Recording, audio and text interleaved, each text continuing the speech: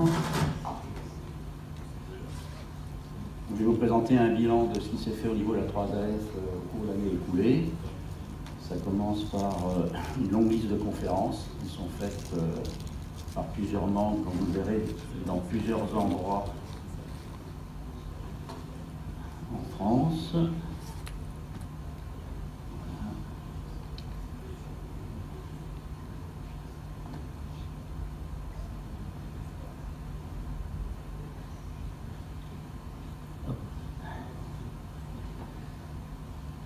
Voilà, donc vous avez ici un récapitulé des activités de la commission Histoire. Alors je précise que notre spécificité, c'est de travailler en réseau avec toutes les autres associations, hein, et ceci au niveau mondial. Ça va jusqu'en Australie, par exemple. Donc en fait, je commence par les publications. Donc nous avons effectivement la lettre de Bruno Chanette, c'est le rédacteur en chef. Et les articles récents ont correspondu d'ailleurs à certains de nos amis d'histoire, notamment les hydravions de Montgolfier, qui était une révélation tout à fait stupéfiante, personne ne savait qu'il y avait de tels hydravions. Et puis la fameuse découverte de l'hydravion Nagester sur Gallica, et notamment l'identification formelle de l'endroit grâce à la maison que vous avez sur la photo, qui existe toujours. Et donc c'est à 2 pas de la fusée Ariane. Tout à fait étonnant. Par contre, ce qu'on se demande, c'est qu'est-ce que Nagester a bien pu faire sur une machine aussi peu volable. Il y aura également un article dans la lettre de la 3F de Languedoc-Roussillon, puisque nous avons des groupes régionaux, et notamment sur l'identification du camp du Cardonnet, où ont été tirées les premières fusées françaises Véronique qui ont permis nos premiers vols biologiques avec le rat Hector, premier astronaute, comme je dis souvent. Dans la commission, il y a également Jean-Jacques Serrat, qui est très actif avec l'Institut français d'histoire de l'espace, et qui donc a publié plusieurs articles, notamment sur la révélation tout à fait extraordinaire du premier engin Delta fusée de l'histoire. Vous avez la photo, fait par un certain Vaillant à Boulogne en 1821. Tout à fait étonnant, donc c'est bien un Delta, c'est pas une fusée à 4 empennage. Et nous sommes un certain nombre d'historiens à essayer de travailler sur ce sujet. Je vous signale qu'il y en a un exemplaire au musée de Stockholm, qui d'ailleurs n'avait jamais été apprécié par les historiens du spatial, parce qu'ils connaissent bien l'aviation. En général. Alors, dans les publications, là je reste dans le domaine spatial, il va y avoir un gros événement qui va nous causer beaucoup de travail. C'est que nous sommes un groupe, une demi-douzaine de personnes qui travaillent sur l'histoire de toutes les fusées françaises depuis les débuts. On pensait longtemps que ça avait commencé à Jeanne d'Arc, en fait on s'est maintenant aperçu que ça a commencé à Metz en 1416, qui eût cru. Et donc toute une série de papiers ont été publiés au cours des dernières années dans le Congrès mondial d'astronautique, International Astronautical Congress. En 2019, il y a eu à Washington, ça va coïncider en plus avec le 50e anniversaire d'un certain alunissage. Et donc l'Académie d'astronautique nous a demandé d'écrire une histoire des fusées françaises, après le livre sur la Chine et le livre sur la Russie. Et donc pour la première fois, enfin, il va y avoir, malheureusement en anglais, mais dans un contexte extraordinaire, le résultat de nos travaux. Et je peux vous dire que ce sera une bombe atomique. Alors, la liste des conférences, bon, comme je disais, dans beaucoup d'endroits. Parmi les conférences, il y en a qui ont concerné notamment l'IFURTA, du transport aérien Aix-en-Provence, sur l'aviation d'affaires. On a quand même rappelé que le Morane-Saulnier Paris était le premier avion d'affaires à réaction au monde. Et vous avez là, sous les yeux, la photo du tout premier, des premiers, livré au Shah d'Iran, numéro 2 de série. Autre révélation, la société Sud Aviation a travaillé au début des années 60 sur des projets de missiles balistiques air-sol. C'était également une sacrée surprise. Et là, vous avez une belle photo du capitaine Ferber qui était à ses débuts au même niveau que les frères Wright. Et d'ailleurs, il s'écrivait tous les 15 jours, on a retrouvé les lettres. Et il sautait de tous les toits qu'il avait sous la main. Là, la photo a été prise probablement à Nice. La suite des conférences. Alors, vous avez une photo d'un satellite qui, à l'époque, était quand même le plus gros satellite de télécom au monde, donc réalisé par Aérospatiale. Vous avez également la photo de la première voiture lunaire russe sur laquelle il y avait un réflecteur laser. Donc, il y a 2 réflecteurs laser français sur la Lune, en plus des 3 Apollo, qui d'ailleurs sont les plus performants en fonctionnement. Et lors du congrès de Brême cette année, nous aurons un papier sur Félicet, dont nous n'avions jamais réalisé que c'était le seul chat jamais lancé dans l'espace. C'est un Anglais qui nous l'a expliqué. Vous voyez, on est pas très bon en communication. Et il a survécu au vol. Alors nous faisons un certain nombre de commentaires aux médias. Là, on voit notamment une belle photo de l'Air-100 dont il était parlé tout à l'heure. Donc on communique un peu avec tout le monde, vous voyez, hein, y compris avec une revue américaine, Aircraft Insider, un site hélicoptère que je vous conseille pour ceux qui s'intéressent à l'histoire de l'hélicoptère, Rotorspot, qui est fait d'ailleurs par un ingénieur du spatial. Et là, à gauche, vous avez la photo de la grand-mère d'Ariane, le SE4100, que personne ne connaît, et que Pierre Gaillard connaît, puisqu'elle a commencé en fait à Boulogne-Billancourt avant de terminer à Cannes. C'est une fusée qui a permis d'essayer tous les éléments d'une fusée moderne, sauf un seul, le guidage inertiel, pour les experts. Bon, on travaille également avec le FA de l'aviation, hein, on a fait un petit correctif au sujet de la Société aéronautique française, hein, qui en fait est de Bretagne, et également une interview d'un journal qui s'appelle Ça m'intéresse sur Lindbergh. Et on communique également avec tous les types de médias. Alors voici le groupe de spécialistes de l'histoire de la fusée dont je vous parlais, qui s'appelle le GREF. Et là vous avez alors, bien sûr l'Espadon fusée que connaît tout le monde, que tout le monde connaît, pardon. Et puis Jacques Serrat travaille notamment sur des bombes planantes de la Première Guerre mondiale. C'est une découverte tout à fait récente. Et il y en a d'autres dans la besace. Si vous voulez. Si quelqu'un a des plans sur l'Espadon, il pourrait. Bon, ben là, il faut en profiter pour voir au sein d'héritage. Hein. Oui. C'est là que ça va se trouver, donc, normalement. Non, je suis aussi membre. Hein. Bon, on coopère également avec l'Aéroclub de France, je le rappelle quand même, au niveau de la commission HAL. Alors les samedis d'histoire, que vous devez tous plus ou moins connaître, donc ceux qui ont eu récemment. Alors celui-là a été également une grande révélation parce que Turc est complètement méconnu, alors qu'en fait c'est un personnage tout à fait extraordinaire. Vous pouvez voir d'ailleurs qu'il est mort plus que centenaire. Et il a tout simplement été le père de la télécommande et la télémesure en France, donc le premier drone réussi, le pape mondial du guidage infrarouge. Hein, le succès des engins anti-chars de Nord-Aviation, c'est grâce au guidage infrarouge. Et puis surtout, pendant la Deuxième Guerre mondiale, la raison pour laquelle il se trouvait à bord du fameux SO-90 qui s'est sauvé de Cannes en pleine guerre, était le premier vol le plus extraordinaire de l'histoire de l'aviation, à ma connaissance, puisque l'avion n'était pas fini. C'était les Anglais qui voulaient le récupérer pour qu'ils brouillent les bombes télécommandées allemandes. Et un jour, je lui ai posé la question qui tue, et il m'a répondu. Lorsque j'ai analysé la bombe Henschel 293 allemande, j'ai reconnu mes schémas.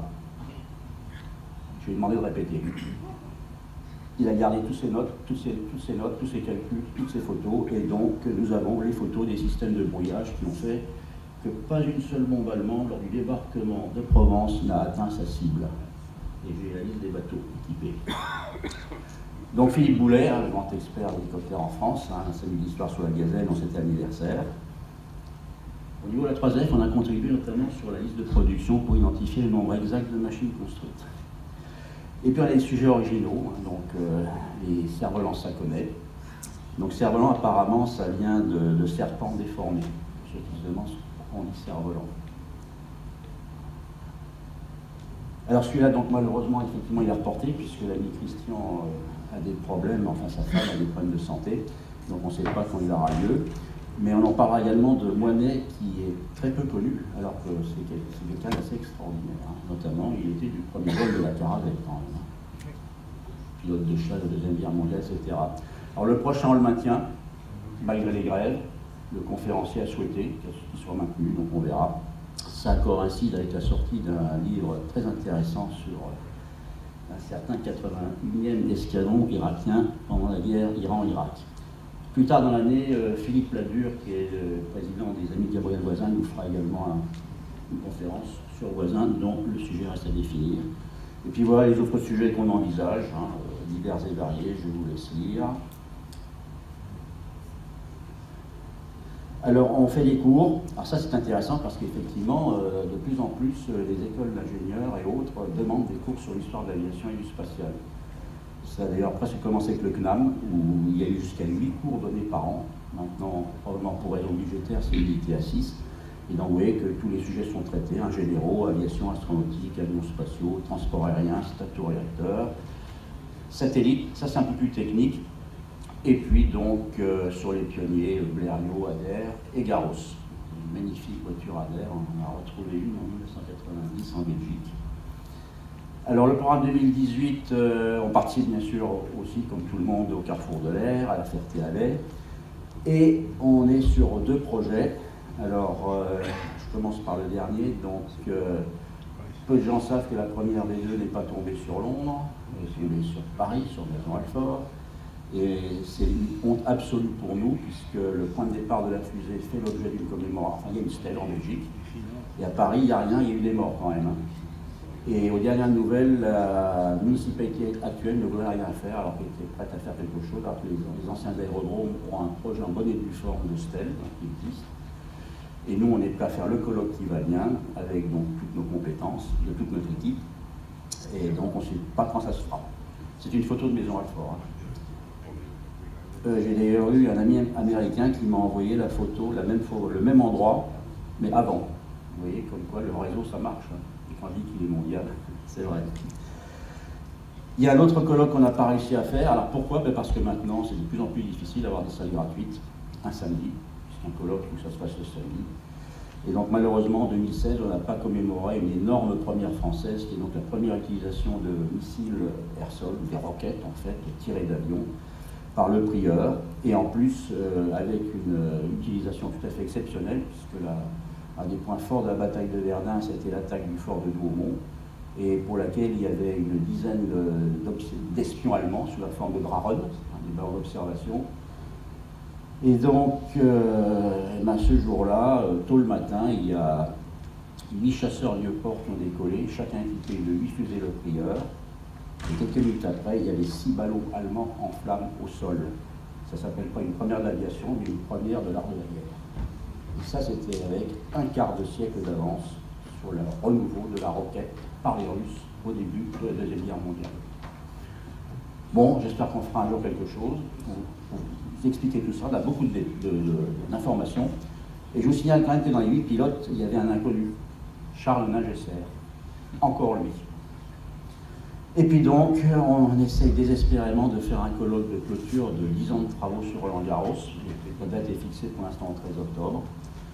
Et là, ce sera un colloque donc, qui révélera quel personnage extraordinaire à cet homme, à de nombreux titres, multifacettes, hein, non seulement pilote, inventeur de l'avion de chasse, premier vol intercontinental, 1 an avant la Méditerranée, 1912, et puis également pianiste et extraordinaire écrivain. Donc on peut dire maintenant que la France a 2 pilotes écrivains, Saint-Exupéry et Garros.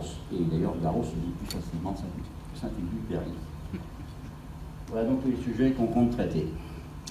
Alors, au programme de tout ce qui se passe, alors on a quand même réussi à avoir cette année que Roland-Garros soit commémoration nationale. Alors bon, malheureusement, notre président d'honneur nous a quittés il y a peu. Mais les choses ont déjà démarré, et notamment dans la région de Reims, puisque Roland-Garros est mort lorsque son avion s'est désintégré dans la région, à Saint-Morel en l'occurrence. Vous avez le monument à l'endroit où les débris sont tombés, au milieu. Vous avez plusieurs commémorations qui ont lieu à Vouziers. Et notamment, ensuite, nous avons été à Saint-Dizier, la base aérienne de Saint-Dizier, qui est non loin. Et il y a une coïncidence tout à fait étonnante, puisque cette année, le Rafale Soul Display, le capitaine Nativelle, au premier rang, à droite, est tout simplement de la Réunion. Et d'ailleurs, à cette occasion, il nous a gratifié d'une magnifique démonstration, bien plus longue que la démonstration classique. On ne sait pas si on l'aura au colloque, parce que la saison des meetings sera encore en cours. Bon, là, vous avez une liste des différentes manifestations qui sont prévues cette année, donc il y a un peu de tout. Bon, je vous laisse lire. Hein. Il y aura notamment, on l'espère, une plaque rue Lalo. Alors, rue Lalo, c'est dans le 16e, et c'est là qu'à un moment, Roland-Garros a habité. Et vous le savez peut-être, donc la Réunion, enfin là, ce sera donc en transition, la Réunion a déposé une demande de mise au Panthéon de Roland-Garros. Mais il y a un très gros problème, c'est qu'à chaque fois qu'on en parle, les gens nous regardent les yeux ronds. Évidemment, personne ne connaît Garros, et je pense que vous ne connaissez pas autant que nous, après 10 ans de travaux. Donc il faut venir au colloque. Nos amis tunisiens aussi sont très actifs, eux, ils ont commencé dès le début de l'année. Alors ça, c'est suite au voyage qu'on avait fait là-bas, où quand même, je leur ai dit, vous vous rendez compte, En 1912, Roland Garros est le premier homme au monde à relier deux continents. Les étoiles de Tunis viennent battre leur corps d'altitude, qui décide de revenir non pas par le bateau, mais avec sa machine, Morane Saunier. Et donc il se pose en Sicile. Ben, c'est le premier vol intercontinental. Personne n'en parle, il sera américain. Bon. Donc ça y est, nos amis tunisiens ont mis une plaque, entre autres. Alors, on est également actif sur un certain nombre de sujets. Donc, par exemple, il y a un très beau livre qui est sorti par MBDA sur l'histoire des missiles tactiques européens, pour lequel on a beaucoup contribué, deux d'entre nous. Donc, nous avons récupéré les archives de Jean Turc, comme Philippe l'a dit, et donc il faut maintenant les trier. Et donc, il a beaucoup gardé, mais également celle de la journaliste Anne-Catherine Souchon, que certains d'entre vous ont peut-être connue, qui est décédée discrètement récemment. Donc, j'ai réparti les archives dans plusieurs endroits. Sinon, il faut signaler que récemment, le trait d'union a annoncé qu'un élément de fuselage de deux voitures 338 avait été retrouvé chez un particulier. Et donc, j'ai immédiatement contacté les amis de l'aérotech et effectivement, ça a été fulgurant, puisque je crois en 15 jours, le tronçon de fuselage est arrivé à Toulouse, il est sauvé. Donc, quelquefois, ça marche, le réseau, fantastiquement. Et alors l'histoire étonnante, c'est que celui qui a probablement identifié la machine, c'est un Anglais. Là, c'est le réseau Air Britain qui a dit c'est probablement celui d'Air France du génie. Alors Agostinelli, pour votre information, c'était le chauffeur de Proust. Vous voyez, on travaille vraiment tous azimuts là, avec un universitaire qui travaille sur Proust. Il s'est tué à Antibes prétendument. Après avoir obtenu son brevet, mais c'est faux, on n'a jamais trouvé de trace de son brevet à l'Aéroclub de France. Donc là aussi, communication avec l'Aéroclub de France. Alors, autre divers, on fait des listes, on piste un peu les anniversaires, la commission histoire. Alors, il y a quand même quelques décès qui sont un peu tristes. Alors, John Wegg, tout le monde ne le connaît peut-être pas, mais c'est Monsieur Caravelle. Si vous voulez tout savoir sur la Caravelle, c'était lui. Un autre grand historien, c'est Francillon, qui est américain, mais en fait il est un mot bien français, et pour cause, il était à Nice avant de passer chez Douglas d'abord, McDonnell, etc. Et donc écrire un nombre incroyable de livres, d'articles que certains d'entre vous ont peut-être lus. Les archives des samedis de l'histoire devraient normalement aller chez Héritage. Vous voyez, là aussi on essaye de sauver le patrimoine en communiquant. Et puis, eh bien, comme vous le savez peut-être, si vous suivez l'actualité, pour la première fois, la Red Bull RS est venue en France. En l'occurrence, elle est venue à Cannes. Alors, ce qui est un peu un retour d'histoire, parce que le premier meeting aérien dans tout le sud de la France, il n'a pas eu lieu à Toulouse, à Bordeaux, à Marseille, il a eu lieu tout simplement à Cannes. Et la semaine d'après, d'ailleurs, également à Nice. Voilà, je pense que c'est tout. Si quand même, oui. Là, j'ai vraiment essayé de faire une liste patrimoniale de répliques, reproductions, etc. Heureusement, en France, on est maintenant de plus en plus actif en matière de faire voler d'anciens avions, et ça a commencé il y a un certain temps. Alors, les gens ne sont pas trop au courant parce que Gary, qui est aux États-Unis, c'est un Français qui est aux US, mais il fait voler quand même un Poté 63, ce qui est quand même assez. Alors, je ne sais pas s'ils volent toujours. Il y a donc l'extraordinaire manip de répliquer. Alors là, c'est vraiment gonflé, parce que c'est plus du tout la même chose que de refaire un Morane Saunier GH. Là, c'était quand même le meilleur et le plus rapide potentiellement des chasseurs français de la Deuxième Guerre mondiale, et cette fois-ci au niveau des équivalents de fin de guerre alliés et allemands. La réplique donc du Donnel et Vexé, un des premiers hydravions à coque au monde, et qui a donc volé récemment à Argenteuil. Un très très long travail, bravo. Et puis vous voyez, ça se développe, donc un Farman maintenant qui est en préparation, notamment avec le lycée de Paray.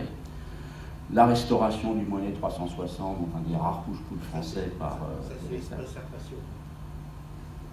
Oui, effectivement, il faut que je mette slash, tout à fait, bonne remarque. C'est pas qu'héritage, c'est du financement. Et d'ailleurs, on n'est pas les seuls à financer.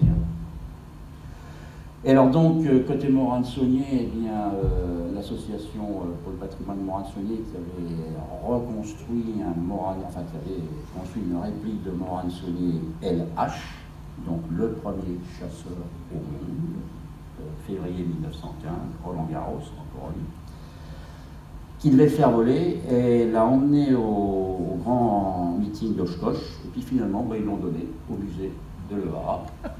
Mais ils en font un deuxième, et qui est bien prévu pour voler.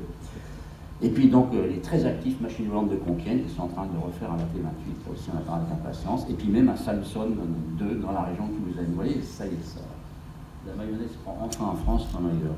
Voilà, juste pour signaler que les historiens spotters ont un gros problème sur les immatriculations provisoires d'avions. Nous avions un grand expert français, Jacques Chillon, là, qui avait accès à la DGAC pour voir toutes les réservations d'immatriculation. Alors ça paraît un peu technique et détaillé, mais c'est pas anodin parce qu'il faut quand même savoir que plusieurs machines sont démarrées, obtiennent une immatriculation et puis finalement ne volent jamais et donc elles n'apparaissent plus. Et sauf les historiens un peu fêlés comme nous, on est les seuls à savoir que quand même il y a eu quelque chose. Voilà. Merci.